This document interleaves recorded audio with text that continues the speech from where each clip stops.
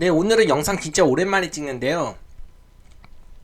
저한테 이제 제가 이 글을요 블로그에 올렸거든요. 그런데 이제 많은 글들을 저한테 올려주셨는데 댓글들을요. 그 중에 이제 한 분이 이 글로 인해서 전체 주식 메커니즘을 한 번에 잘 정리했다고 하시더라고요. 그러니까 초보일 때 있잖아요. 막 이것저것 엄청 많은 정보들을 보잖아요. 뭐 여러 가지 매체를 통해서요. 뭐 유튜브라든지 블로그라든지 뭐 주식 사이트라든지 이런 걸 통해서요. 근데 이것들이 정돈이 안 되는 경우가 있습니다. 그렇죠? 제가 그거를 한 방에 정돈을 해갖고 이해를 시켜드렸습니다. 이 글로요. 그래서 요약이 잘 된다고 했던 것 같고요. 두 번째로는 제가 제 유튜브 영상을 꾸준히 보신다고 하더라고요. 그래서 계좌에 빨간불이 이제 들어오기 시작해서 이제 트레이딩의 기본 골격을 만들고 살을 덧붙이면서 지금 빨간 계좌에 변화가 생겼다고 하길래 제가 좋은 댓글을 달아주셔가지고 한번 이 영상을요 이제 글이 아니라 이제 제가 글로 정리했었는데 영상으로 좀 더 저의 관점을 자세하게 설명하는 시간을 갖도록 하겠습니다. 제가 오늘 설명하는요 트레이딩 전략 있잖아요. 그 어떠한 시장에서도 성공하는 트레이딩 전략, 이거는요 앞으로 주식 트레이딩을 시작하거나 아니면 지금 뭐 하고 있는 사람들에게 반드시 필요한 설명들이고요. 이 설명들을 듣고 안 듣고의 차이가요 앞으로 주식 트레이딩 실력에 큰 격차를 만들어낼 것이라고 저는 확신합니다. 그래서 지금부터 이제 본격적으로 시작하기 앞서 구독과 좋아요 안 눌러주셨다면 구독과 좋아요 한번 눌러주고 시작을 해보겠습니다. 제가 최근에 잠깐 여담을 하자면 유튜브를 잠깐 좀 오랫동안 좀 몇 주간 쉬었죠? 제가 좀 쉬었죠? 제가 요즘에 운동을 시작하거든요. 왜냐면 제 몸무게가 90kg 가까이 가면서요. 좀 키는 170 한 중반 정도 되거든요. 174 정도 되는데요. 90kg 가까이 가면서 막 통풍도 걸리고 여러 가지 막 건강상에 이제 제가 40대 중반을 바라보는 나이라서 뭐 건강상의 문제가 좀 생기기 시작했어요. 그래서 무슨 약도 먹고 병원도 다니고 했는데 그런 통풍 같은 거라든지 그런 것들이 잘 계속 빈번하게 만성으로 가서 이거 살을 좀 빼는 거를 권장하더라고요. 갑작스럽게 계속 꾸준히 살을 쪄가지고 최근 한 3년 동안요. 원래 제 몸무게는 70kg 정도였는데 한 3년간 90kg까지 쪄버리더라고요. 그래서 제가 이거 운동을 지금 시작하고 있거든요. 그래서 한 68kg나 한 70kg까지 빼려고요. 지금 요즘에 운동하다 보니까 유튜브 집에 와서 유튜브를 찍기가 쉽지 않더라고요. 보통은요 68kg나 70kg까지 빼려면은요 살도 빼야 되고 이제 뭐죠? 운동 그거 중요하죠? 뭐죠? 그쵸, 식단이 중요하죠. 그리고 두 번째로 뭐가 중요하죠? 다이어트에 이제 살 빼려면 일단 기본적으로 운동도 중요하죠. 그쵸? 그리고 세 번째로는 잠도 충분히 자면서 스트레스도 받지 않아야 되잖아요. 그쵸? 그렇기 때문에 제가 이 세 가지를 잘 한번 지켜갖고 지금 운동을 하고 있는데, 제가 지금 몸무게는요, 지금 현재 한 달 정도, 한 달 정도 넘게 운동을 했거든요. 근데 지금 90kg에서 한 달, 한 10일 정도 한 것 같은데, 40일 정도? 90kg에서 지금 77kg까지 좀 많이 뺐죠, 13kg. 왜냐면 여기서 가장 큰 이유는요, 제가 봤을 때 운동도 많이 했지만요, 꾸준히 2시간 정도는 했지만, 무엇보다 식단 관리를 좀 철저하게 했거든요. 그래서 좀 몸무게가 많이 빠진 건데, 제가 한 70kg까지 빼면 그때부터 조금 몸무게 유지하고 운동하면서 유튜브를 좀 꾸준히 찍도록 하겠습니다. 요 정도가 뺄 때까지는요 조금 한 주말에 한두 번, 한 일주일에 한두 개 정도 영상을 올릴 것 같아요. 잡설이 길어졌는데 그 정도로 하고 이제 시작 한번 해보겠습니다. 제가요 이거를 읽어가면서 그 부가적으로 제가 영상으로 말로 설명을 할게요. 사례를 보여드리면서 그게 훨씬 좋을 것 같습니다. 제가 좀 체계적으로 읽어가면서 설명을 하겠습니다. 일단요, 주도주는 어떻게 탄생하냐면요, 주도주는요, 시황과 재료에 의해서 탄생해요. 그 시황이라고 하면은요, 뭐냐면 시장 상황이죠. 전반적인 시장 동향, 특히 미국 증시요. 여기 보시면 해외 증시 추세, 이것들이죠. 이건 왜 생기냐면요, 주요 글로벌 이슈, 그쵸? 그리고 이제 매크로 지수 있잖아요. 뭐 최근 경제 지표, 실업률, 인플레이션, 뭐 이런 금리 이런 것들 있잖아요. 이런 거나 글로벌 이슈로 인해서 전반적인 시장이 어떤 식으로 움직일지에 대해서 판단을 하고, 그리고 실제 이제 글로벌 세계 주식의 중심인 그런 미국 주식 그런 추세가 생겨나요. 무슨 말이냐? 제가 한 가지 사례를 들어볼게요. 무슨 말이냐? 제가 여기다 잠깐 복붙해 볼게요. 이 보시면요. 일단요. 그 매크로적인 그런 지표들 이런 것들이 이제 주식 시장에 영향을 미치잖아요. 그리고 이제 주요 글로벌 이슈, 그쵸? 글로벌 이슈. 예를 들면은 최근으로 따지면 뭘까요? 그동안의 그 섹터 트리거, 그러니까 한마디로 섹터의 도화선이라든지 방아쇠, 그 섹터가 상승 모멘텀이 생기게 되는 그런 트리거가 뭐였냐면요. 트럼프 트리거로 한번 보세요. 글로벌 이슈라고 보시면 돼요. 트럼프의 그런 글로벌 이슈로 인해서 재건과 비트코인 상승했죠. 그쵸? 재건과 비트코인이 상승 모멘텀이 시작한 게 트럼프가 도화선이 됐다고 보시면 됩니다. 그리고 머스크, 그쵸? 우주항공, 스페이스X요. 그쵸? 그리고 삼성, 최근 로봇 있죠? 그리고 유리기판 있죠? 그리고 이제 딥시크로 인해서 AI 소프트웨어 쪽, 그리고 또 보안이 플러스로 상승 모멘텀이 생기기 시작했죠. 그리고 역시 이제 트럼프 머스크 관련된 그런 이슈로 인해서 조선, 그리고 최근에 이제 실적주로 현대로템, 그죠? 방산조개, 하나에어로스페이스 이런 것들로 인해서 실적 트리거가 발생했어요. 특히 방산 업종 위주로요. 그쵸? 이게 무슨 말이냐면, 그러니까 한마디로 제가 하고 싶은 말은요, 해외 증시 있잖아요. 해외 증시. 이 추세는 어떻게 파악하냐면요, 이런 시황을 통해서, 그쵸? 이런 그 전반적인 시황을 통해서 판단을 하는 거고요. 이거를 이제 추세가 생겨갖고 판단을 하는 거고, 그 추세가 어떤지. 그리고요, 이걸 파악했다면, 즉, 이제, 미장과 연계된 그런 섹터들의 추세들이 있잖아요. 이런 것들이 생기고, 그리고 이런 추세들을 파악했다면요. 그 다음에는 이제 이 미국 증시가 이제 세계적으로 보면요. 보통 당일 매매할 때 대장주, 부대장주 이렇게 하잖아. 1등주, 2등주 어떤 주도 섹터가 생기면요. 그럼 미국이 그냥 대장주라고 보시면 돼요. 그쵸? 대장이라고 보시면 되고, 우리나라가 부대장이에요. 그러니까 그렇게 이해하면 쉬울 것 같아요. 그러니까 대장이 움직여야지 부대장이 따라 움직이잖아요. 당일 주도주 매매에서도. 그러니까 미국장이 일단 추세가 생긴 것들이 파악하고 이 트리거로 인해서, 그쵸? 그리고 그 트리거의 원인은 이런 트럼프, 머스크, 삼성, 딥시크, 트럼프 이런 식으로 있을 거 아니에요. 그럼 파악한 다음에요. 국내 증시 이제 이거 지울게요. 주요 국내 이슈가 어떤 식으로 또 연계가 되고 이거에 의해서 영향이 미쳐서 국내 주식시에는 어떤 식으로 영향을 미치는지, 그쵸? 파악하고 났어요. 우리나라 역시 지수의 추세뿐만이 아니라 그런 주요 섹터의 추세까지, 지수보다 상대적 강도가 높은 그런 주요 섹터가 생길 거 아니에요? 뭐 방산이면 최근에도 따지면 방산이면 그런 것들을 파악하는 거예요. 이해되시나요? 일단 시황이라는 걸 먼저 파악해야 된다는 거예요. 그 다음에 해야 될 게 뭐냐면요. 그 다음에 우리나라가 이제 추세가 살아났어요. 예를 들면 지금 현재 우리나라 그 주식 시장 그 지수는요, 121선. 이 주요 핑크색을 한번 보세요. 이게 좀 이따 보여드릴 건데, 121선이에요. 지수 추세는요, 보통요, 이렇게 이 핑크색을 기준으로 해서 이게 121선이거든요. 이 이평선이요. 이 위에 있으면요, 상승 추세. 이 아래에 있으면 하락 추세. 이렇게 보는 게 그냥 심플합니다. 이해되시죠? 이게 코스피고요. 이게 코스피고요. 이게 코스닥이에요. 그러면 여기가 상승 추세라고 좀 보긴 힘들겠지만 여기가 상승 추세였습니다. 왜냐면 121선 위에 있잖아요. 그러니까 여기 거의 등락이어갖고 추세가 확실히 형성된 건 아니지만 어쨌든 121 위에 있으면 상승 추세라고 보고요. 이 121선 이탈하고 아래에 있으면 하락 추세라고 보시면 됩니다. 근데 어때요? 지금 시장 현재 흐름이. 어때요? 여기 위에 있죠? 위로 가는 흐름이죠? 이 121. 그리고 지금 보시면은 양지수 121선, 이 121선 기준으로 해서요, 이 위에서는요, 보통 비중을 늘려서 매매를 해요. 강세장이 시작될 수 있기 때문이에요. 그리고 이 아래에 있었을 때는요, 비중을 줄여야 돼요. 약세장이 시작되는 약세장이기 때문이에요. 그래서 제가 이전에도, 제가 이때 2023년도 아마 유튜브 영상이 있을 거예요. 재작년 정도에. 그때 설명드렸는데 또 지금 설명드리면요, 지금 이제 지수 추세상 거쳐 상승 전환 으로 바뀐 그런 구간이라는 거. 왜냐면 제가 지금 뭘 말했죠? 보세요. 국내 지수 추세를 파악하는 거잖아요. 지금 상승 전환 추세였잖아요. 바꿔 이거 뺄게요, 이제.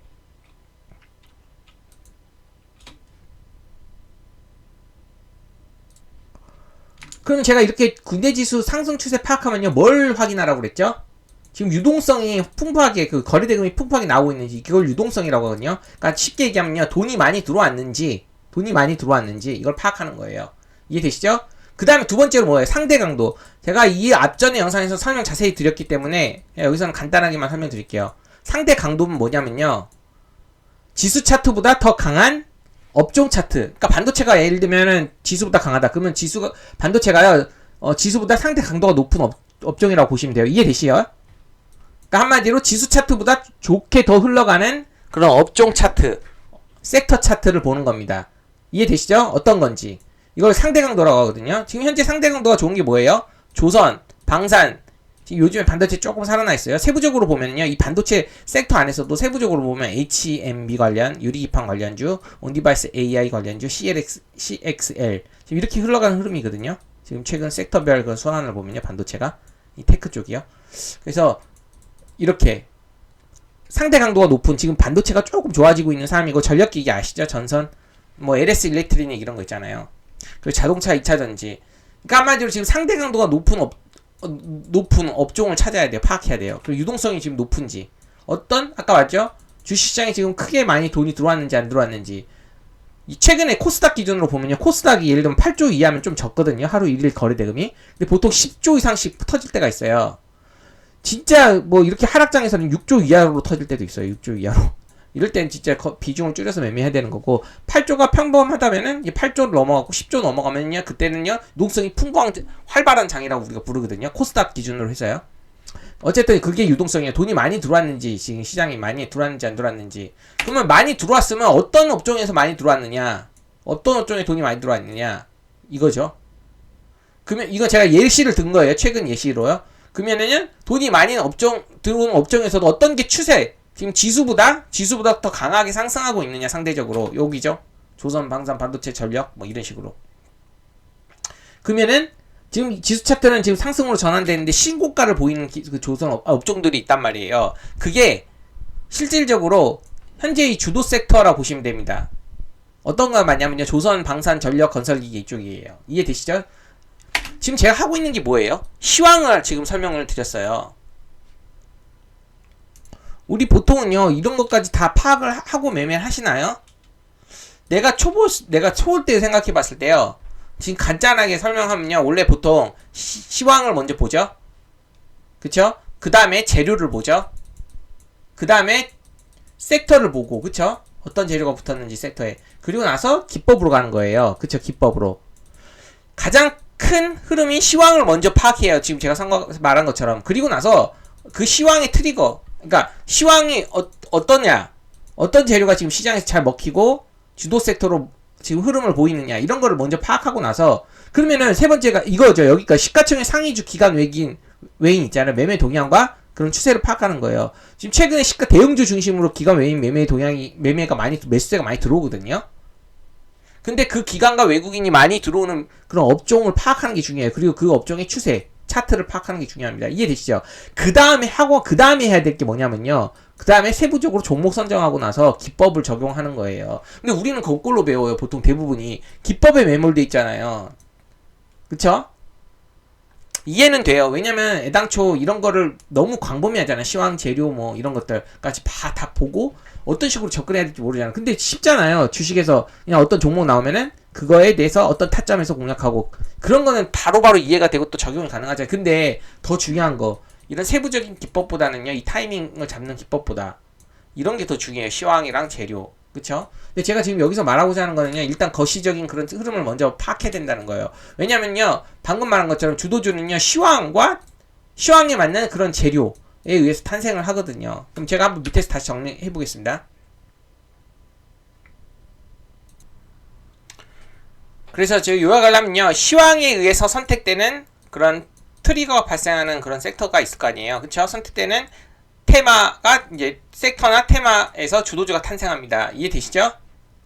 정확하게 이제 제가 나중에 좀 밑에서 또 읽어가면서 분류해드릴 거예요. 섹터는요, 그냥 수급주라고 생각하면 되고요. 테마는요, 세력주라고 생각하면 돼요.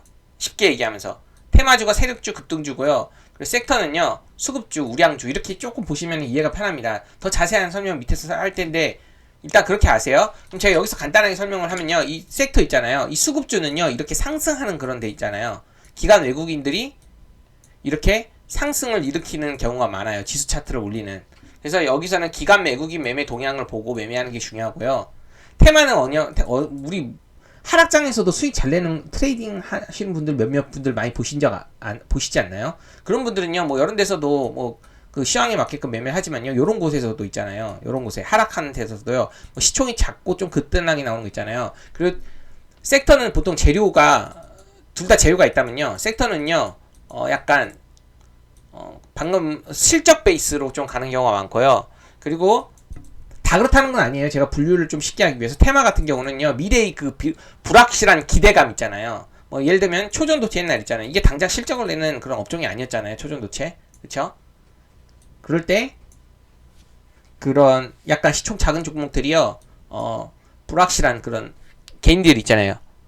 매매 동향에 나타나지 않는 그 개인들이요, 그 세력이 이 주가 핸들링 주체가 돼갖고 움직여요. 이땐 테마주가. 그 정도로만 체크를 할게요.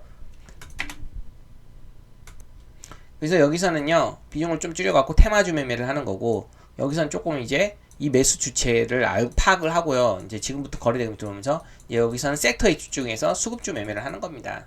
그냥 그 정도로만 간단히 하겠습니다, 일단. 그래서 제가 하고 싶은 말이 뭐냐면, 매크로적인 지표 있지? 이 굵은 색깔 위주로 읽을게요. 매크로적인 지표 같은 거 있잖아요. 뭐 금리 그런 것들 있죠. 거시적 지표. 그런 걸 통해 갖고, 그리고 또 글로벌 이슈. 아까 말한 그런 뭐라고 그랬죠? 아까 트럼프 뭐 이슈라든지 머스크 이슈라든지 뭐 딥시크, 그쵸? 아니면 국내에서는 뭐 삼성이라든지 뭐 SK 그룹이라든지 그런 거 있잖아요. 그런 이슈 같은 것들로 인해서요, 지수 차트를 보는 거예요. 그 이슈가 실제로 이슈가 어떤 이슈가 나오면서 외국 기관이 들어오면서 이렇게 지수가 이렇게 상승 전환될 거 아니에요. 그러면요, 그런 것들을 먼저 파악을 하는 거예요. 시황을 읽는 것이. 그리고 큰 수축을 이렇게 보고 나서요, 그 다음에 이제 종목을 선정해서 주도 섹터를 파악하고 종목을 선정해서 주도주 매매를 하는 거예요. 이게 첫 번째 과정이에요. 그래서 저는요, 시황을 정말 잘 보는 고수들이 있을 거 아니에요, 실제로요. 그런 고수들의 견해를요, 매일 살펴보는 것, 그쵸? 이게 오전에 일어나서도 하고요. 그러니까 9시 장 시작 전에. 그리고 이제 매매 준비를 하는 과정, 9시 이전에 매매 준비를 해요. 이런 시황 관련 것들을 다 보여요, 재료랑요. 그게 저의 가장 첫 번째 과정이에요. 제가 모든 걸 혼자서 할 수 없어요. 저는요, 예를 들면 시황 보는 거 있고, 재료 보는 거 있고, 그쵸? 그리고 또 뭐 있죠? 종목 선정하는 거 있고, 차트적으로 기법 적용하는 거 있죠. 저는 좀 약간 옛날에 그 대학교 다닐 때도요, 제 경제학을 부전공을 했는데, 경제학을 공부할 때도 거시경제보다는 미시경제를 훨씬 잘했어요. 미시경제 거의 A뿔만 계속 나왔거든요. 근데 거시경제를 잘 못했어요. 근데 주식으로 따지면요, 시황을 보는 게 거시적인 거였잖아요. 거시적인 거. 이렇게 갈수록 세부적으로 가는 겁니다. 근데 저는요, 종목 선택 잘하고 주도주 잘 보고 당일 차트로 기법 타이밍 잘 잡고 요걸 좀 잘하거든요. 미시적 관점이잖아요. 어떻게 보면 경제학으로 따지면 미시경. 제가 이거를 잘하기 때문에 이거 위주로 설명을 드리긴 하는데요, 사실상요, 시황과 재료가 더 중요하고요, 이거는요, 제가 스스로가 저보다 더 뛰어나고 정말 진짜 진짜 너무 시황이랑 재료를 너무 잘 본다라고 판단하는 사람들이 있습니다. 그런 사람들 거 견해들을요, 이런 사람들 있죠. 시황과 이 재료의 고수들의 견해들을요, 제가 이 관점을 보아요. 그럼 전 이해는 될 거 아니에요? 그리고 그 관점을 통합을 하고요, 이 고수들의 교집합, 그리고 제 견해를 넣어서요, 스스로 선별을 해갖고 매매에 임하는 거예요. 그래서 제가 이제 이 고수들의 견해를 어떻게 보냐. 보통요, 자기주도 학습을 위한 텔레그램 선정 방법. 이게 뭐냐면요, 공개 텔레그램 같은데 보면요, 진짜 좋은 정보들 많이 주는 데 많거든요. 제가 여기서 다 설명드릴 수는 없지만 한번 잠깐 간단히 어떤 식으로 이 텔레그램 선정하는지에 대한 기준만 정해 드릴게요. 일단요, 제가 우리나라의 그런 텔레그램 주식 관련 그런 있잖아요. 주식 투자 관련해서 텔레그램이 순위가 나오는 게 있거든요. 이런 식으로 나오면 다 1등부터 나오잖아요. 그쵸? 이 텔레그램의 그런 정체성은 좀 다 달라요. 제가 이제 재료 베이스라고 했잖아요. 아까 시황과 재료가 중요하다고 그랬잖아요. 재료에서도 수급주는 실적 베이스예요. 보통 실적 데이터 그런 거 있잖아요. 수치에 관련된. 약간 이거는요, 제도권의 애널리스트, 증권사, 요 정도에 가까운 거고, 반면에 이제 차트적인 그런 부분 있잖아요. 차트적인 부분이라든지, 뭐 테마주라든지, 이런 데는요, 제도권이 아니라, 이것도 제도권이라고 볼 수 있지, 유사투자자문에서 좀 많이 다뤄요. 이거 뭐라고 해야 되죠? 방금 말한 실적 베이스 같은 이런 거 있잖아요. 이건 애널리스트, 증권사라든지 아니면 투자 자문사, 운영사, 운용 뭐 이런 데 있잖아요. 약간 제도권. 그러니까 막 예를 들면 학력으로 따지면 뭐 서울연고대 나와갖고 학력 좋고 이런 박사학위 따갖고 막 이런 사람들 있잖아요. 이런 사람들이 매크로적인 부분 분석하고 시황 분석하고 이런 걸 하는 거고요. 차트나 이런 재료 같은 걸 다루는 테마주 다루는 사람들은요. 그러니까 단기 트레이딩 고수들 이런 거 있잖아요. 트레이딩 고수들. 이런 쪽들이 이런 쪽을 많이 다루거든요. 그래서 매매 정체성이 이쪽으로 가냐 이쪽으로 가냐에 따라서 이 텔레그램 선정 방식이 달라지긴 해요. 근데 제가 지금 하고 싶은 말은 뭐냐면요. 일단 요거까지 다 분류를 해드리진 않아요. 하지만 1등부터요. 몇만 등까지 이렇게 계속 순위가 나왔거든요. 순위가. 근데 제가 이제 선정하는 기준은 뭐냐면요. 이 우리나라의 급등이 뭐 아까 그 두 번째예요. 약간 제도권 그 뭐라고 해야 되죠? 그런 약간 차트나 그런 재료 테마 이런 걸 다루는 왜냐면 우리나라 사람들이 그거에 관심이 많잖아요. 트레이딩에. 거의 대부분 실패하면서도 관심이 많잖아요. 그쵸? 왜냐면 단기적으로 성공하는 크게 성공하는 사람들이 이쪽에서 많이 나오니까 2번. 제가 여기서 잠깐 뭐 하나 설명드리고 갈게요. 1번. 아까 그럼 제가 지금 설명드리고 싶은 말이 뭐냐면요. 이 제도권의 그런 애널리스트라든지 이런 좀 배운 사람들이 매크로적인 부분이랑 설명하는 거 있잖아요. 그리고 방금 실전 트레이딩 고수라든지 그냥 약간 제아의 고수들이 그냥 트레이딩으로 단기적으로 성공하는 사람들 이 두 번째가 있잖아요. 실질적으로 제가 이제 10년 동안 주식을 해왔잖아요. 지금 약간 이 중요한 거는 한번 언급드리고 가는 게 좋을 것 같아요. 제가 지금 15년 동안 주식을 봐오면서요. 수많은 그런 고수들을 보고 그런 고수들의 그런 부침 고수들도 반짝 스타로 이렇게 급등할 막 엄청난 계좌를 만들어낼 때가 있잖아요. 예를 들면 이런 거 있잖아요. 예를 들면 막 100억으로 뭐 100만 원으로 뭐 20억을 만든 100, 뭐 5천만 원으로 뭐 10억을 만든 뭐 1년 만에 그럼 대부분 지금 여기거든요. 여기서 나오기가 힘들어요. 여기선 그거 나중에 설명드려볼게요. 여기거든요. 근데 이거는 하나 아셔야 돼요. 이렇게 번 사람들이요 반짝 스타가 되고 그걸 계속 유지하는 사람들은 거의 극소수입니다. 무슨 말이냐? 이게 코로나 장세기 끝나고 나서 2022년도 코로나였죠. 22년도까지 막 상승장이 왔었잖아요. 그때 뭐 엄청나게 돈 번 고수들이 단기적으로 뭐 예를 들면 신용까지 쓰고 막 미수까지 쓰고 해갖고 뭐 예를 들면 뭐 한 500만 원 계좌로요. 뭐 단기적으로 막 100억까지 만드신 분들도 여기서 나왔어요. 그럼 되게 놀랍고 그걸 배우고 싶죠. 근데 그 100억이 남아 있을까요? 제가 누구라고는 언급은 안 하지만요. 뭐 1, 20억은 빌리베이지 엄청 많이 나왔잖아요. 이 1, 20억 버는 사람도 수두룩하게 나왔어요. 좀 많이 나왔어요. 이때 상승장에. 근데 이 사람들이 다 거의 지금 24년 지나고 지금 25년까지 왔을 때 아까 지수 차트 봤죠? 하락장.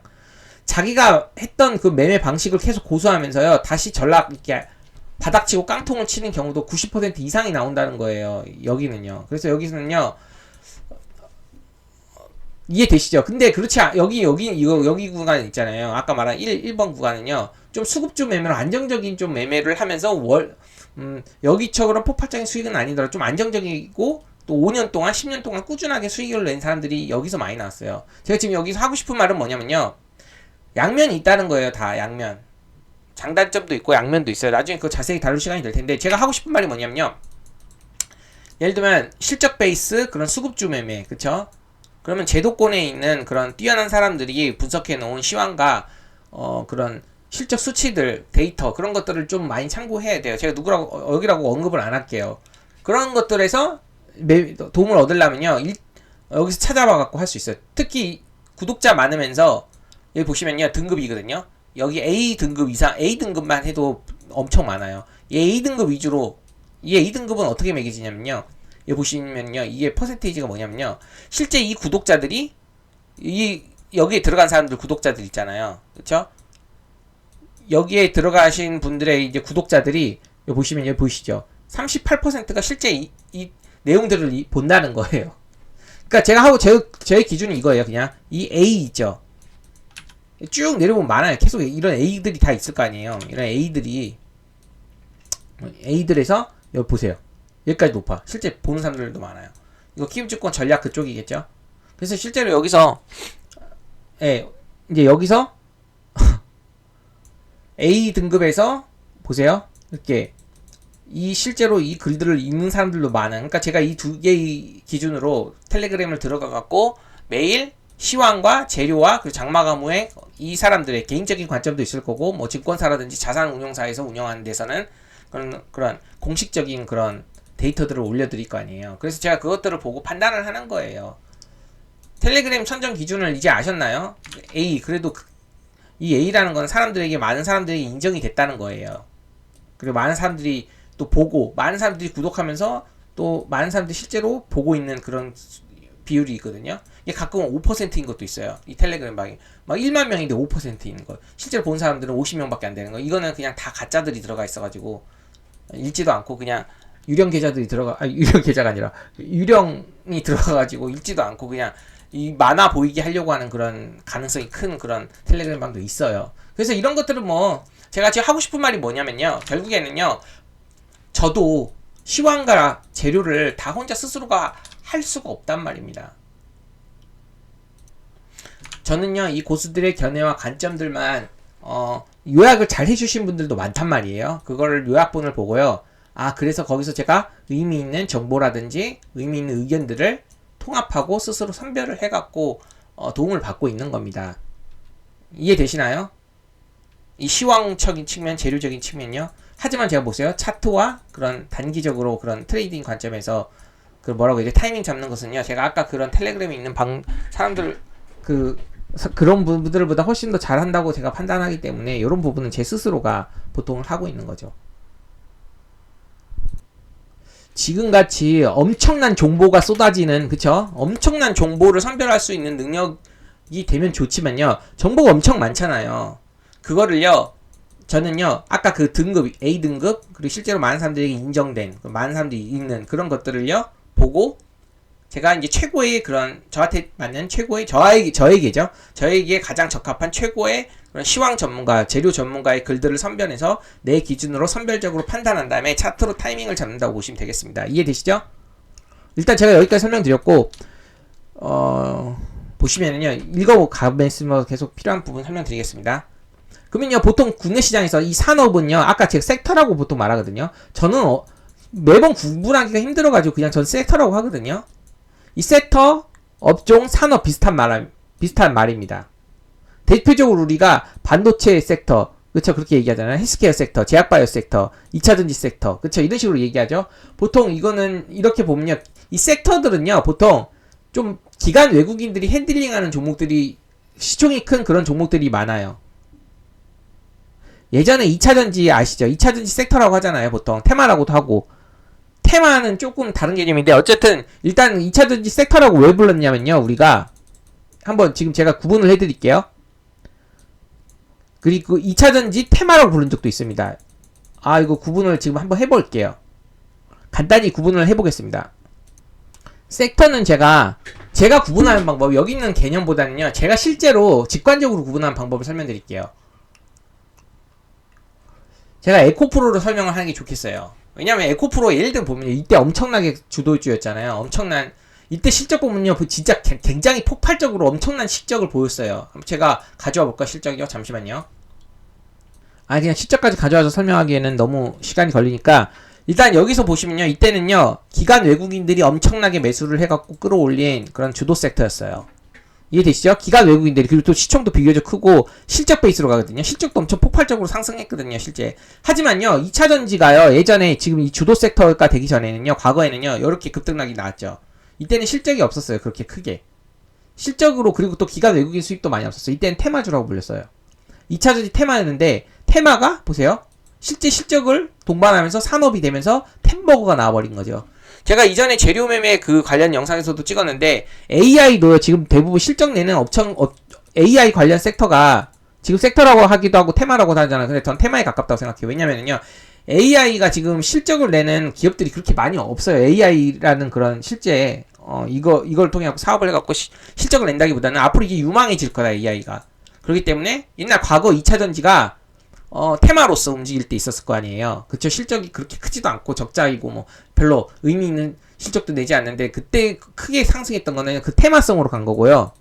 그리고 지금은, 이때는 과거 몇 년이에요? 23년도 때 실적이 진짜 실제로 폭발하면서 엄청나게 성장하면서 그런 섹터로 간 거예요. 산업으로. 이해되시나요? 지금 이 구분이.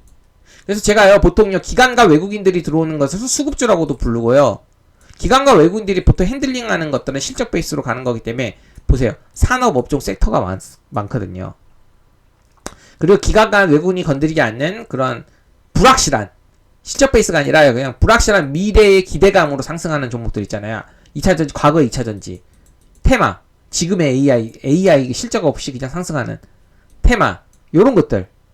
이 테마는요, 보세요. 여기 보시면 특정한 이슈. 그죠? 초전도체 실적 냈었나요?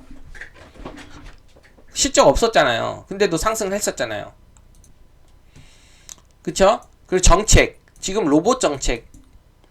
우주항공. 요쪽이 좀 가깝습니다. 뭐 실적 내나요? 우주항공? 아니, 그 방산이랑 우주항공 좀 달라요. 나중에 구분해드릴게요. 이거 뺄게요, 그냥. 로봇이 그렇게, 뺄게요, 일단은. 왜냐면 좀 애매하게 걸쳐있으면 설명이 조금 어려워서. 그리고 사회적 이슈. 뭐 예를 들면요, 최근에 뭐 LA 산불 테마 같은 게 있었잖아요. 사회적 이슈. 그쵸? LA 산불 테마 급하게 급등을 했고 다시 이렇게 급락한 적이 있었죠. 그런 식으로 이 테마성으로 움직이는 종목들은요, 이런 특정 이슈, 트렌드, 정책, 사회적 이슈 이런 걸로 움직이는 경향이 좀 강합니다. 뭐 코로나 때도 그랬고요. 그래서 제가 여기서 요약하고 싶은 건요, 이 섹터와요 테마를 굳이 구분하지 않아서 저는요 그냥 관련주라고 정리해요. 예를 들면 가끔요 AI 테마로 정리를 해야 될지 AI 섹터로 정리해야 될지 이렇게 고민이 스스로가 들 거 아니에요. 그런 것까지 세분하게 구분하려고 한다면요. 그래서 저는 그냥 AI 관련주 해갖고 정리를 하는 편인데요. 아까 2차전지 테마, 옛날에는 테마로 정리했는데 요즘엔 2차전지 섹터 이렇게 정리했던 적도 있고, 그래서 그냥 관련주로 해요. 어쨌든 관련주잖아요. 근데 제가 여기서 설명시키고 싶은 게 뭐냐면요, 이와 같은 구분을 제가 조금 여기서 하는 이유는요, 상승장에는 섹터고요, 하락장에는 테마가 강하기 때문이에요. 이건 상대성이거든요. 그래서 이 상승장에는 보통요, 섹터 및 테마 분석 있잖아요. 이거요. 시황에 따라 영향력이 달라요. 상승장에는 이 섹터들이 보통요, 시장을 이끌고 지수를 상승시키고요. 하락장에는요, 기관 외국인들이 별로 건드리지 않고, 좀 시장이 안 좋으면 기관 외국인들 매도세로 전향하면서 지수도 떨어지잖아요. 시총이 큰 종목들이 밀리면서. 그래서 그때는요, 테마성 위주로 움직이거든요. 테마 시가총액이 작고, 방금 여기 말한요, 이런 특정 이슈라든지 이런 것들 있죠. 미래의 불확실한 기대감. 그러니까 수치적으로 증명되지 않은 불확실성에 그런 근거한 움직임이죠. 뭐 대왕고래도 그랬잖아요. 그런 것들 대왕고래 테마라고 하잖아요. 대왕고래 섹터라고 잘 안 한단 말이에요. 그래서 그런 것들이 하락장에 좀 잘 움직이거든요. 우리 해치 테마도 대표적으로 많이 들잖아요. 뭐 신규 상장주 테마 이런 식으로 얘기하잖아요. 왜냐면 신규 상장주도 가끔 해치성으로 움직이는 경우가 있거든요. 아니면은 뭐 에너지, 뭐 전쟁 이슈 났을 때, 그리고 방산 그 전쟁 테마 이런 걸로, 그때는요 보통 이렇게 하락장에 보통 이런 종목들이 강하기 때문에 테마가 좀 잘 움직이기 때문에 이렇게 구분을 했던 겁니다. 그래서 요약을 하면요, 섹터 및 테마 분석을 하잖아요 보통요. 그쵸? 그때 상승장에는 섹터, 그쵸? 방금 상승 전환하고 있죠. 그럼 방산과 실제 방산 업종이 기가 외국인들이 많이 들어오면서요, 방위산업 쪽이죠. 하나 에어로스페이스, 뭐 현대로템 뭐 이런 거 말하는 거예요. 그런 쪽이 좀 잘 움직이잖아요. 그쵸? 테마 분석은 언제 하죠? 테마는요, 언제 중요하냐면, 지수가 아까 121선 밑으로 떨어졌을 때 있잖아요. 이제 기관 외국인들이 다 팔고 있을 때, 이제 세력주들, 이제 급등주들, 다 비슷한 용어입니다. 세력주, 급등주, 그리고 이런 테마주, 세력주, 급등주, 테마주 비슷하게 쓰이는 겁니다. 이름이. 그래서 그런 테마성 이슈를 잘 파악해갖고 매매를 하는 게 중요합니다. 그래서 시장이 선호하는, 아까 제가 주도주는 시장이 만든댔죠. 주도주가 섹터가 될 때도 있고 테마가 될 때도 있잖아요. 주도주는 시장이 만들어내든지, 보통요 주도주는 시장이 만들어낸다고 그랬잖아요. 그러면은 하락장에서는요 보통 테마주가 강력한 흐름을 나타내고요. 여기 보시죠, 하락장 주도 테마. 그래서 테마주 매매를 많이 해요. 그래서 하락장에서는 주도 테마 및 테마 내 선도주를 파악하는 게 중요하고요. 상승장에서는요, 그쵸, 지수가 아까 지수 기준으로 121선 위는 상승장이라고 생각하면 쉽고, 아래서 움직이면 하락장이라고 생각하면 쉽습니다. 상승장에서는 주도 섹터와 관련한 기업과 관련한 산업 동향 방향, 그쵸? 그리고 산업의 시장 규모, 미래 성장률 등을 분석을 해갖고 추세적으로 접근을 해볼 수 있는 겁니다. 2차전지가 주도 섹터가 됐을 때는요, 2차전지 진짜 길게 끌고 가면 크게 먹었잖아요. 왜냐면 이런 산업의 시장 규모가 엄청 커졌고요. 2차전지가 또 미래 성장률도 되게 좋게 보는, 평가하는 사람들이 많았기 때문에요. 실제로 그리고 수치가 실적 수치가 계속 지속적으로 올라갔어요. 그러다가 나중에 실적이 다시 꺾이고 떨어지니까 주가가 선반영해갖고 먼저 떨어진 것도 있긴 해요. 어쨌든 제가 지금 여기서 말하고 싶은 거는요. 일단 시황을 보고 나서 그 다음에 섹터 및 테마를 분석하는 거죠. 상승장이냐 하락장이냐에 따라서. 이해되시죠? 그래서 제가 여기다 이렇게 적은 거예요. 수급주에서는요. 제가 그냥 사람들이 제일 많이 말하는 용어로 말하겠습니다. 수급주. 수급주에서는 실적 및 산업 성장성 분석이 중요해요. 왜냐하면 수급주의 매수 주체, 그러니까 핸들링 주체는요. 기관과 외국인이기 때문이에요. 그렇죠? 그리고 이제 세력주, 급등주, 그냥 테마주 이렇게도 얘기할 수 있는데 세력주라고 할게요. 사람들이 세력주라고 제일 많이 쓰거든요. 세력주에서는 재료 분석이 중요합니다. 이 재료는요. 이 수급주에서의 재료는요. 실적이라고 보시면 돼요. 그냥 가장 중요한 재료는 실적 베이스. 그래서 아까 말한 제도권에서 분석하는 그런 실적 데이터들을 토대로 앞으로 주가가 상승할 수 있느냐, 상승 추세를 이어가느냐 이런 것들을 판단하는 거예요. 그리고 이제 급등주에서는 재료 분석. 이건 뭐냐면요. 이것도 재료인데요. 이제 실적보다는 이제 실적이라기보다는요. 이거는 재료는 미래의 불확실한 기대감. 그쵸. 테마 분석에서는 테마 재료는 그런 게 중요합니다. 기대감이 이거로 상승하거든요. 아직 수치적으로 증명이 안 됐지만, 그쵸? 기대감으로만 상승할 수 있다는 뜻이에요. 이렇기 때문에 대왕거래가 한때 핫했을 때, 대왕거래 테마가 핫했을 때 실적도 없고 아무런 것도 없는데도 이 미래의 불확실한 기대감으로 인해서 상승을 했었던 거죠. 이해되시죠? 그래서 쭉쭉쭉 읽어보면 제가 진한 색깔 위주로 읽어보고요. 글 궁금하신 분들은 링크 밑에 달아드릴 테니까 한번 링크 타고 달아주셔서 글도 읽어보세요. 그래서 결국은 고수들이 말하는 그 주도주 매매는요. 이 주도 섹터 안에서의 대장주 추세 매매. 보통 이건 수급주에서 그쵸?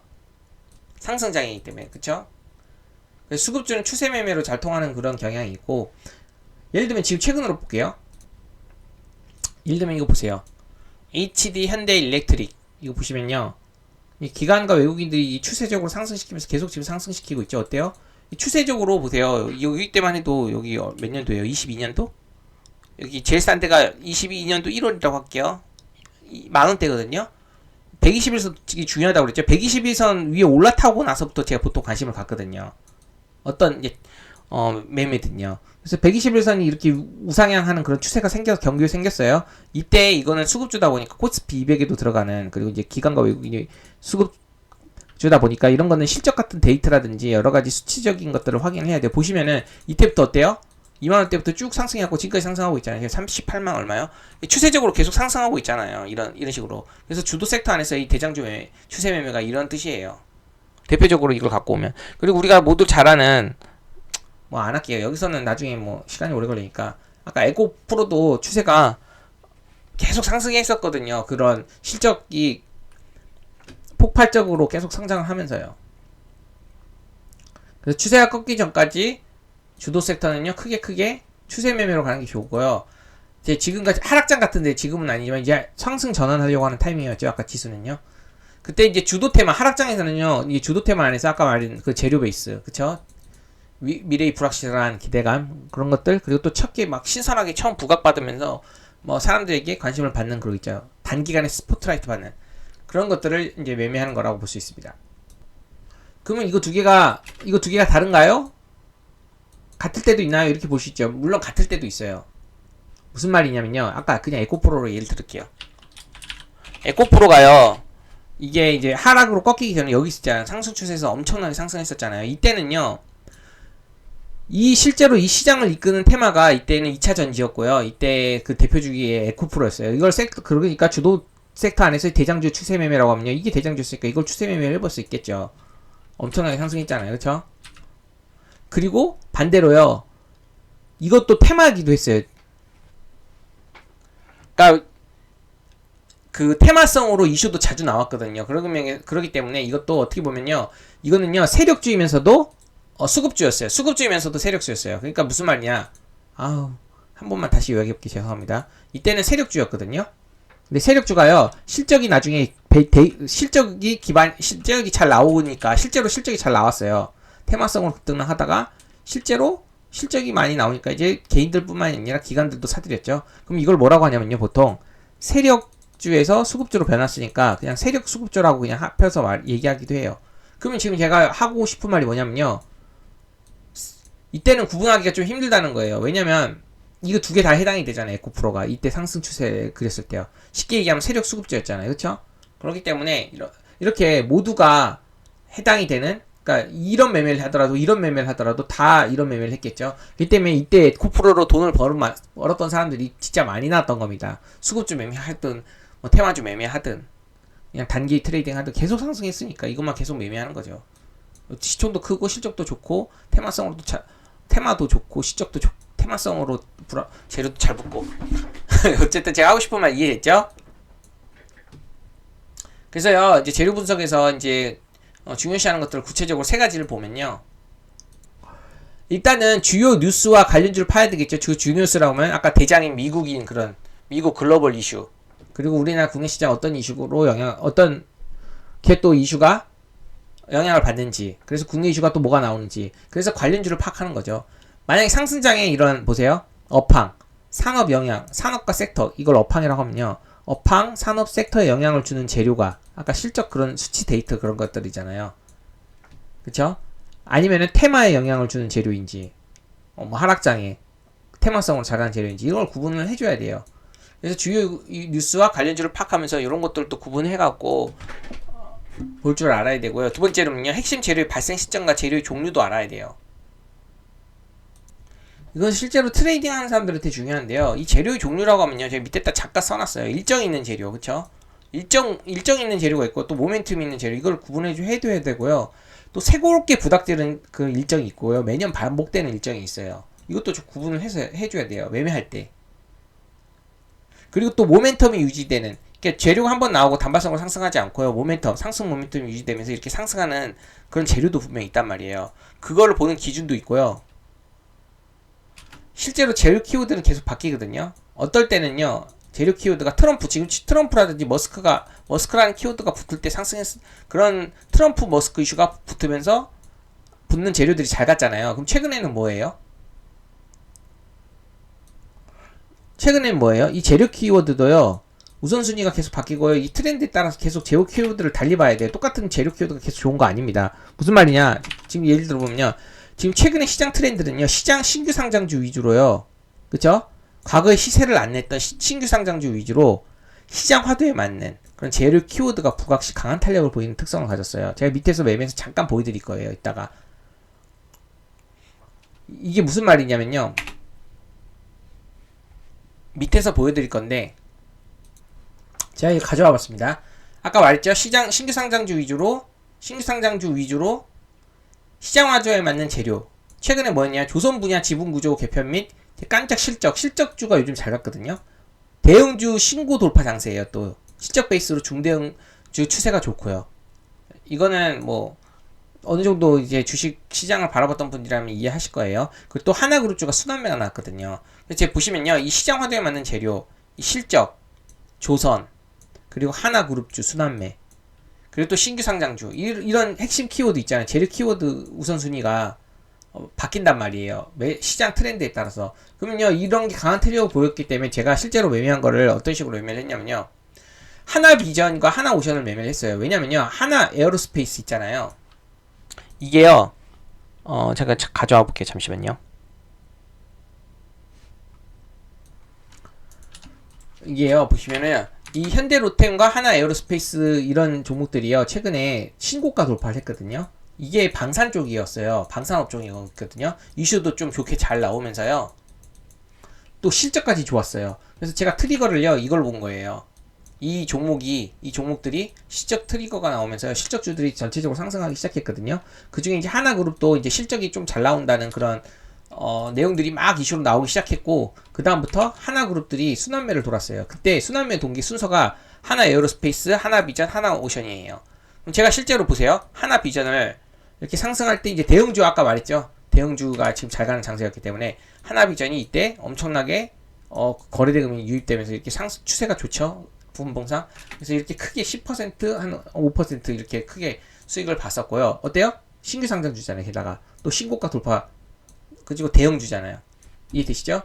그리고 나서 순환매가 돌아왔어요. 다음날 하나 엔진으로요. 이때도 하나 엔진도 신고가 돌파했어요. 이해되시죠? 그리고 하나그룹 순환매가 돌았고, 그리고 거래대금이 아침에 엄청 크게 나왔잖아요. 그래서 이렇게 적극적으로 공략을 해봤던 거 이해되시죠?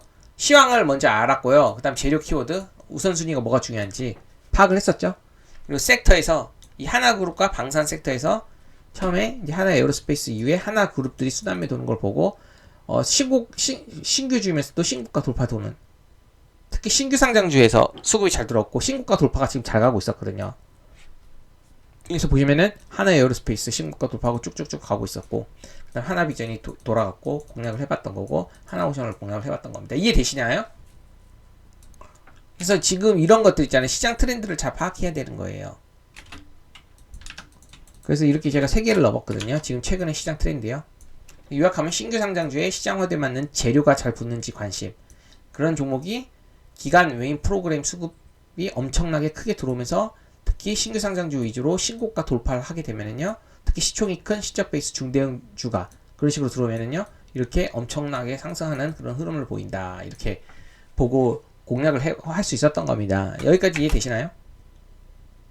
뭐 이런 거는 나중에 재료편에서 또 자세하게 이렇게 다 다루기, 이게 세부적인 건 3개로밖에 안 나눴는데, 제가 재료 주요서 파악해서 뭐 실제로요 이것들을 공부하는 데 있어서 제가 이제 저는 이게 나름 제가 지금까지 정리를 해봤더니 진짜 이거를 되게 정리를 지금 열심히 하고 있습니다. 1000페이지 되는 것들을 최소한 한 300페이지 이내로 핵심만 좀 압축해서. 그래서 이런 것들만 잘 보신 분들이 있단 말이에요. 그런 사람들한테 저도 배워가지고 저 나름대로의 그런 관점으로 매매를 하는 겁니다.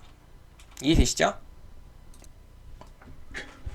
그래서 시황을 정말 객관적으로 잘 보시는 분들, 전문적으로 잘 보시는 분들을 통해 갖고 저도 나름 견해를 갖는 거고, 그 다음 재료가 실제 나올 거 아니에요. 그쵸? 그리고 이 재료를 통해서 주도 섹터를 파악하고 나서요, 주도 섹터 및 주도 테마를 파악하고 나서 이 분석이 끝난 다음에 그 다음에 기술적 분석으로 가는 겁니다. 그러니까 차트, 우리가 소위 말하는요 차트 분석. 그런데 소위 우리 그 유튜버 쪽 보면요, 이 기술적 분석이 가장 안 중요한데도 불구하고 이상하게 이 기술적 분석을 다룬 사람들이 대부분 다 상위 유튜버예요. 그러니까 차트 분석, 예를 들면요, 캔들 거래량 이평선, 추세, 지지저항, 파동, 패턴, 보조지표. 보조지표는 이거 있어요. 엔벨로프, 볼린저 밴드, 일목균형표, 그 다음에 여러가지 지표들이 있습니다. 그리고 이제 주요 지표는 우리가 아는 거, 캔들 거래량, 그쵸? 거래대금 거래량 이평선, 추세, 지지저항, 파동, 패턴. 요걸로만 진짜 우리 개인들이 제일 좋아하잖아요. 이런 것들을. 내가 말한 기술적 분석이 가장 뒷순이면서도 솔직히 타이밍 잡는 데는 중요하긴 해요. 근데 이게 진짜 이 3가지를 완벽하게 끝내고 나서 그 다음에 기술적 분석을 하는 건데, 우리 개인들은 거꾸로 합니다. 기술적 분석을 먼저 공부를 해요. 근데 이해가 돼요. 근데 보통 나도 그랬기 때문에. 왜 이해가 되냐면요, 일단요 기법부터 배울 거 아니에요. 그쵸? 근데 기법을 어떤 종목을 잡아갖고 기법을 했더니 안 통해. 종목 선정을 했는데 안 통해. 그래서 종목 선정이 중요하구나 해갖고 종목 선정도 이제 공부하기 시작해요. 근데 종목 선정도 잘 될 때가 있고 안 될 때가 있고 잘 안 돼. 그래갖고 이 종목들이 왜 잘 상승하는지 잘 상승하는지, 상승하는 종목도 있고 기법이 잘 통한 종목도 있고 안 통하는 종목도 있고, 이런 것들을 잘 알게 돼요. 그 다음에 중요한 거 재료를 이제 보게 된단 말이에요. 그 다음에 재료가 왜 발생하는지 시황을 통해. 그러니까 우리 개인은 기법을 배우다가 잘 안 되니까 종목 선정 이제 보니까 이것도 잘 안 돼. 그러다 보니까 이제 재료로 가는 거야. 좀 더 근본적으로 계속 올라가는 거예요. 그 다음에 시황을 가는 거예요. 이렇게 거꾸로 해요. 그래서 시행착오가 길어요. 저 역시도 그랬고. 이거를요, 지금 우리 개인들이 하는 방식은요, 바텀업이라고 하거든요. 밑에서부터 위로 올라가는 방식이에요. 근데 실제 주식은요, 위에서부터 아래로 떨어지는 탑다운 방식으로 공부를 해야 돼요. 탑다운, 위에서 아래로 이렇게 내려가는 방식. 그래서 개인들이 기법부터 배우고 그 다음에 종목 선정, 그 다음 재료 시황 이렇게 배우는 이유를 저도 왜 이해가 되냐면, 명확하거든요. 기법은요 딱 이제 이해하기 쉽고 적용하기 쉬워요. 근데 잘 안 된다는 거. 왜냐? 종목 선정이 안 되니까. 근데 종목 선정을 하려고 이제 종목 선정이 되고 안 되고 이런 걸 많이 파악해 보다 보니까 재료가 중요한 거 알게 됐어. 잘 가는 종목들은 기법보다 종목 선정이 중요하다는 거 알게 됐어. 근데 그 종목이 근본적으로 본질적으로 왜 가는지에 대한 이유를 이제 파보기 시작하면 재료를 보게 된단 말이에요. 근데 이 근본적인 재료가 왜 발생하는지를 또 추적하다 보면 이 시황이 결정된다는 걸 알게 돼요. 그래서 우리 개인들은요, 결국에는 시황까지 공부해야 된다는 걸 이해하면서 전체적으로 다 공부하면서 트레이딩으로서 성공적인 트레이딩으로 가는 그런 방법을 이해하게 되는 거죠. 그래서요, 상승장에 스타가 탄생한다고 그랬죠. 그냥 왜냐면 기법이 잘 통하는 거야. 종목 선정도 이제 거의 대부분 상승하는 종목에서 타이밍 잘 맞춰갖고 기법 무지하게 잘 맞춰갖고 진짜 스타가 탄생이에요. 근데 이 스타가 진짜 기본이 없이 시황도 재료도 잘 볼 줄 모르는 그냥 어느 정도의 한 가지 방법으로 성공한 사람이 있을 거 아니에요. 어떤 방법에. 그 특정 시기에 예를 들면 이렇게 상승장 있고 지수로 볼게요. 이렇게 상승하고 하락할 거 아니에요. 스타가 탄생이에요. 여기서 엄청난 스타가. 그냥 안정적으로 막 진짜 막 비중 배팅까지 때려갖고 안정적으로 스타가 탄생해요. 근데 그 스타는요. 자기 방법만 계속 고수를 하죠? 그럼 여기서 무너져요. 왜냐면 여기서 통했던 방식이 여기서 통하지 않기 때문이에요. 사람의 습관이 되게 무서워요. 왜 고수들도 계속 깡통을 차고 다시 바닥을 치냐면요. 자기가 수익 줬던 매매 방법에 대해서 계속 고수를 하다가 이런 데서 블랙스완이라고도 하거든요. 하여튼 이런 데서 엄청나게 자기 매매법이 안 통한다는 걸 느끼면서 이제 자신이 벌어놨던 걸 여기서 다 토하게 되는 겁니다. 여기에서 또 여기에 맞는 매매법을 해야 되기 때문이에요. 그래서요. 스타트보다는요. 우리가 배워야 될 거는요. 이 스타 단기간에 엄청나게 돈을 많이 번 사람들한테 배우는 게 아니라요. 이 사람들이 계속 유지가 되면 되겠지만 근데 유지를 못 한다니까 계속 바뀐다니까요. 그 시황에 맞는 그 해당 시기에 적합한 기법으로 크게 돈 번 사람들이 반짝 스타가 되고 무너지는 경우가 거의 비일비재하단 말이에요.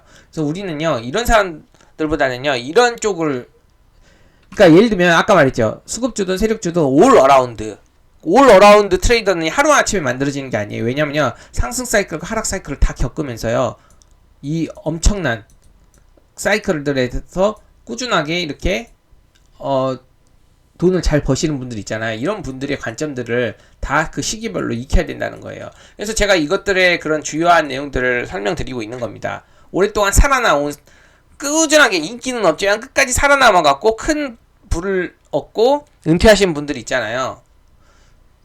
네, 그런 분들이 아까 말한 이런 전체적인 흐름을 다 깨고 있습니다. 그런 사람들은. 영상이 좀 길어지네요. 그래서 제가 아까 어디까지 했죠? 예. 이 기술법 부적이 왜 마지막이잖아요. 그래서 제가 이제 아까 말했죠? 시황과 재료는요. 그쵸? 저도 나름 아까 신뢰하는 그런 사람들에 의해 그런 코멘트들을 종합해서 섹터를 찾고 그 다음에 제가 이제 세부적으로 종목을 찾고 타이밍을 잡아갖고 수익을 낸 겁니다. 이해되시겠죠? 여기까지?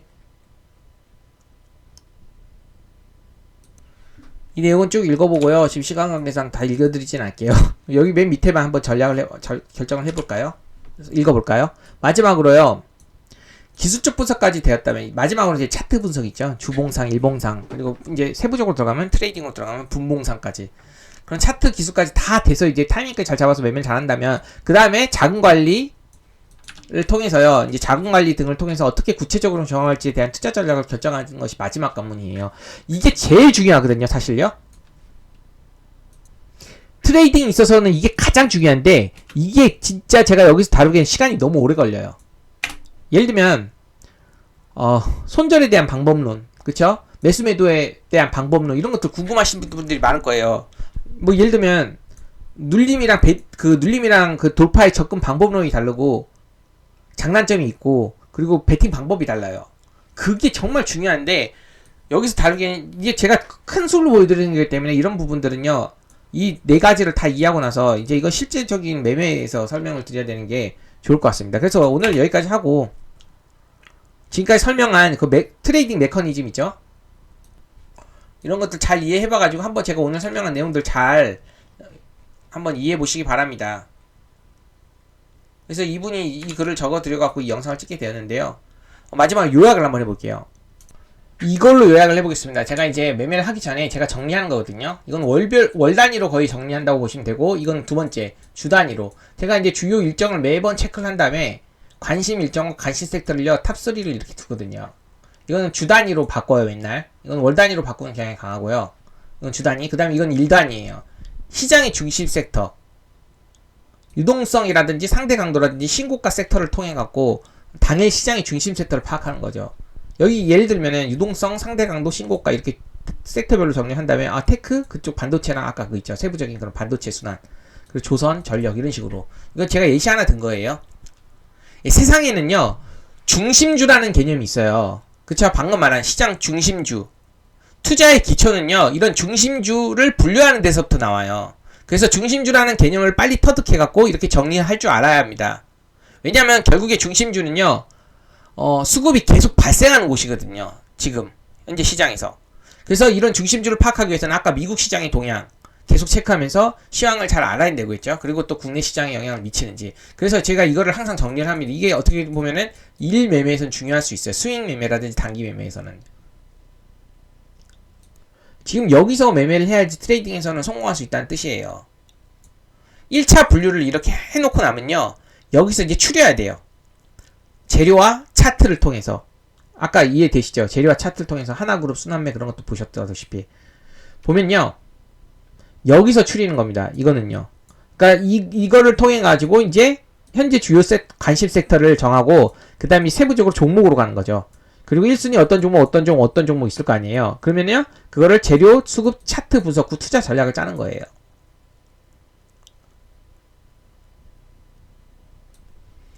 될 만한 놈들, 이 될 만한 놈들에서 압축해갖고 세부적으로 추려내야 되는 거예요, 포트에. 그러니까 내가 이렇게 추려내고 나서 우선 관심주 손위를 둘 거 아니에요. 그 다음에 그런 재료 히스토리, 그리고 수급 동향, 이제 대형주라면은 수급 동향 중요하겠죠, 기관 외국인.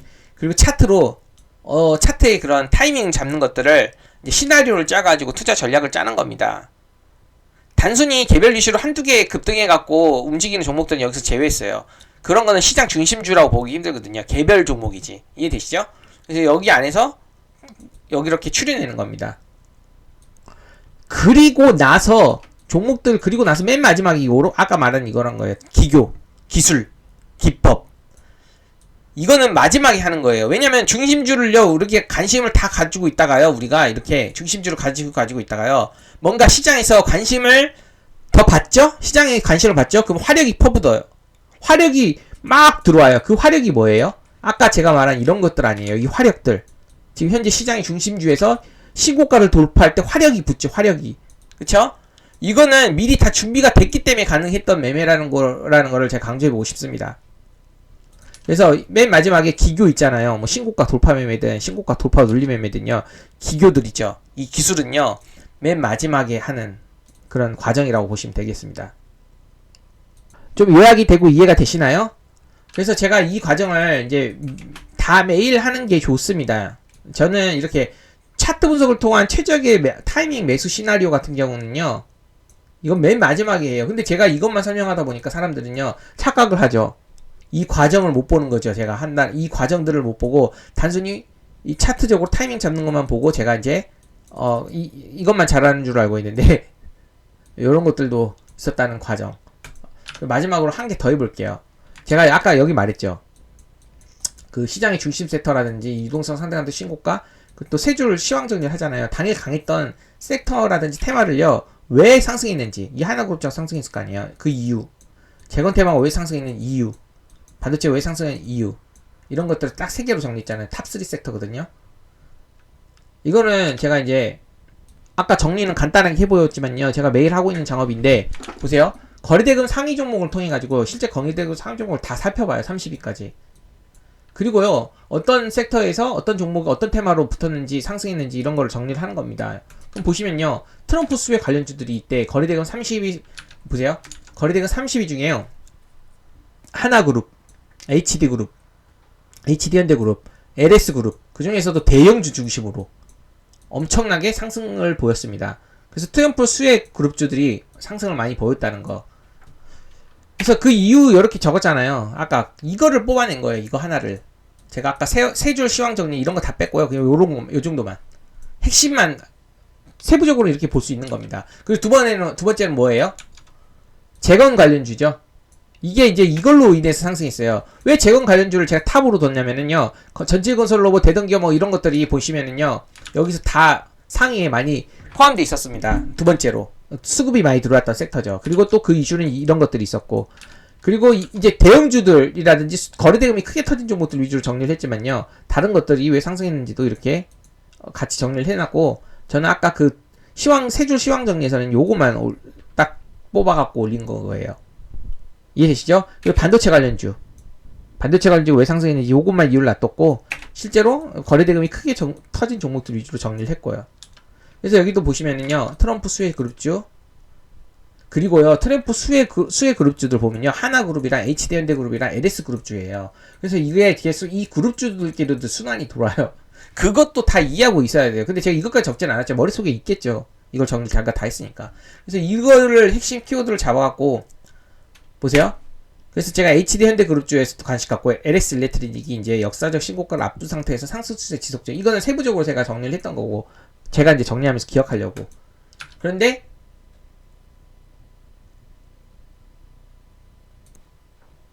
보세요. 아까 세 줄 시황 정리, 당일 시황 정리거든요. 당일 시장을 주도했던 재료랑 그리고 섹터만 정리한 거예요. 제가 이거를 그냥 한 줄로 정리를 한 거지 이 안에는 많은 내용이 있었다는 걸 아까 보시면 알겠죠? 예, 여기요. 이 많은 내용들이 다 있어요. 제가 다 스스로 정리를 하는 거고요. 그래서 제가 이렇게 오늘 시장을 주도한 재료 이런 식으로 이해되시죠? 그래서 관심을 가지는 거예요. 어떤 식으로? 이제 제가 52주 신고가 정리를 다 종목을 정리하면서요.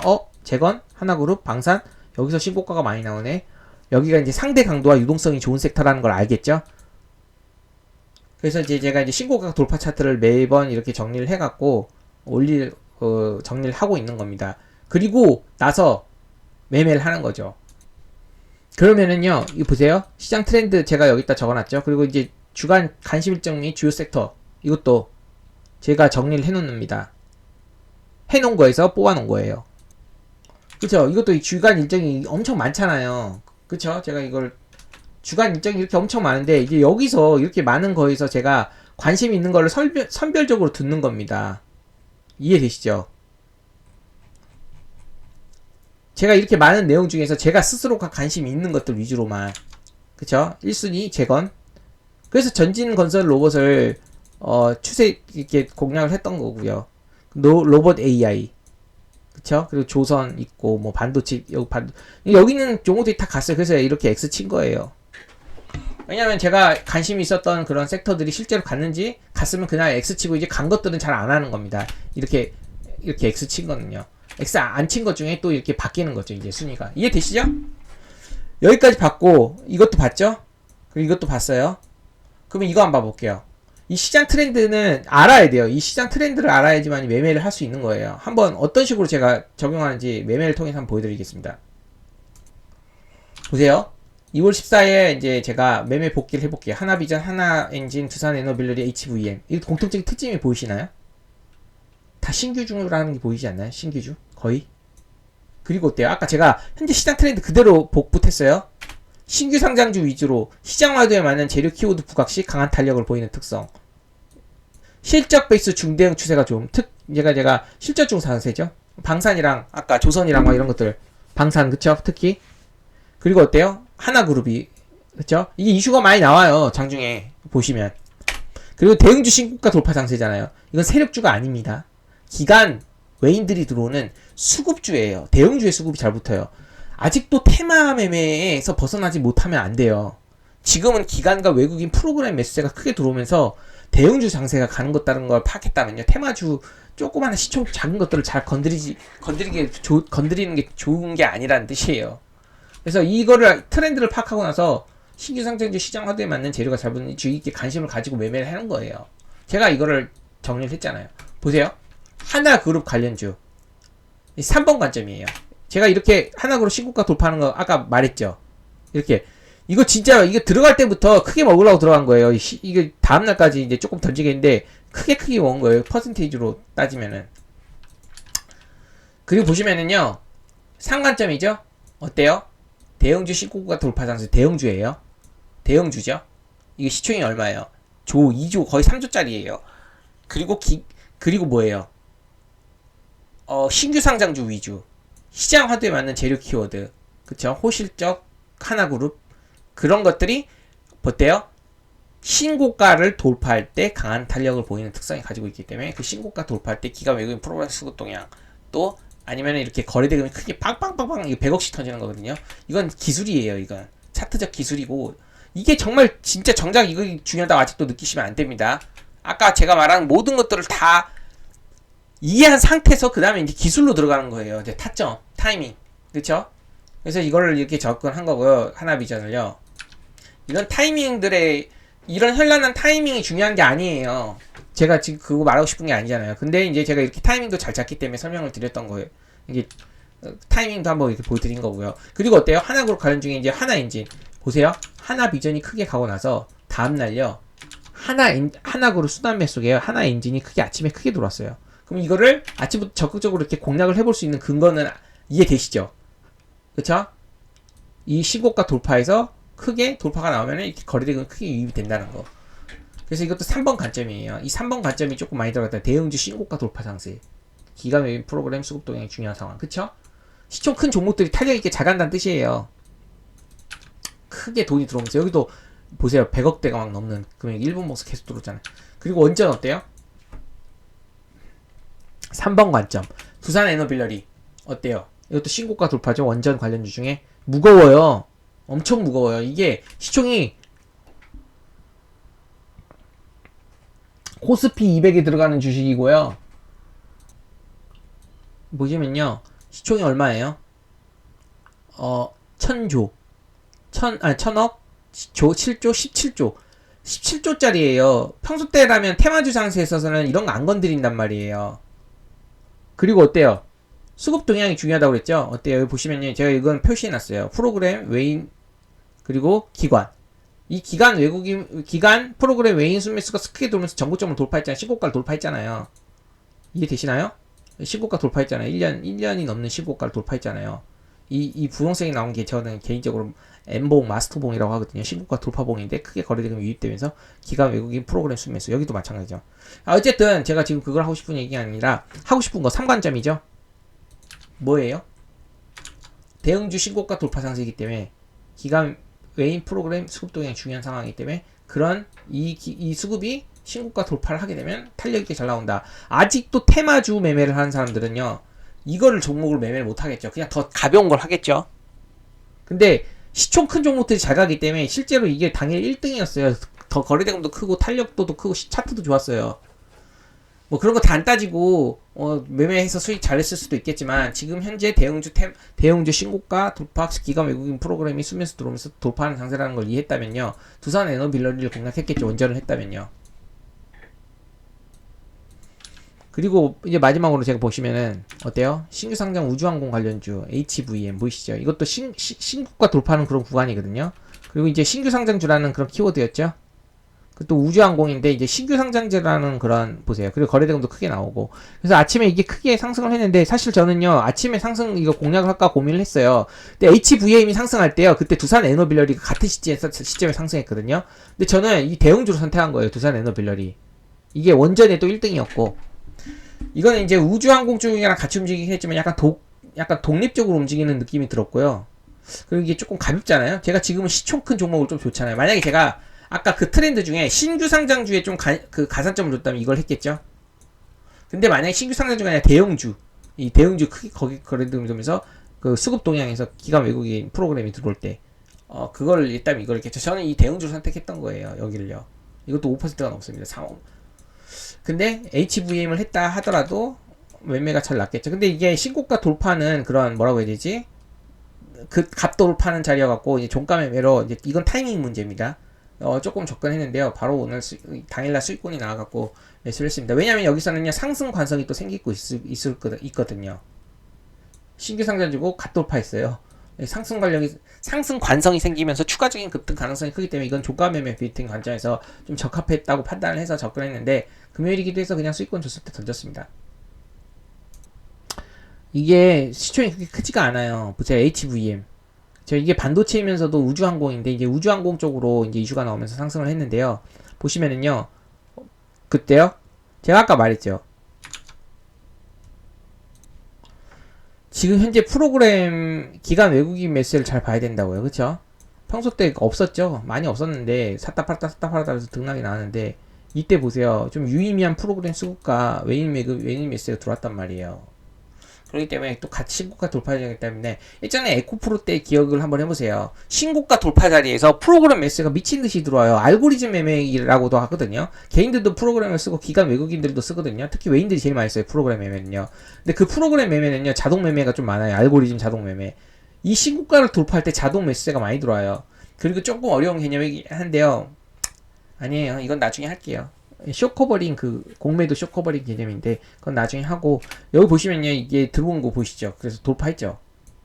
그렇기 때문에 이런 수급 동향을 잘 봐야 된다고요. 테마주 매매에 지금 매몰돼 있는 사람들은 기관 외국인 프로그램 쓰면서 잘 안 볼 수도 있는데, 프로그램 매수는 많이 보더라고요. 테마주에 하더라도. 일단 기관 외국인 매매 그런 스킬도 좀 필요합니다. 걔네들이 실시간으로 어떤 식으로 수급이 들어오는지, 그런 지금 관점은요, 제가 미시적 관점을 설명드렸어요. 타이밍에 대한 그런 문제죠. 시장 트렌드를 보고 어떤 식으로 타이밍을 잡냐, 이런 문제에 대해서 지금 복기를 해봤는데, 말로 아까 더 중요한 거, 장작 중요한 거, 제일 중요한 건 아까 그거였습니다. 중심주라는 그 개념을 잘 파악을 해가지고 시장 흐름에 따라서 시황과 재료와, 그쵸? 그리고 나서 섹터를 선택하고 아니면 테마를 선택하고, 그리고 거기서 이제 대장주를 잘 선정을 해서 이제 종목 선정이죠. 마지막으로 지금 말한 기법을 적용하라는 거다. 기교다. 기교는 제일 중요하지 않은데 개인들은 제일 중요시 한다.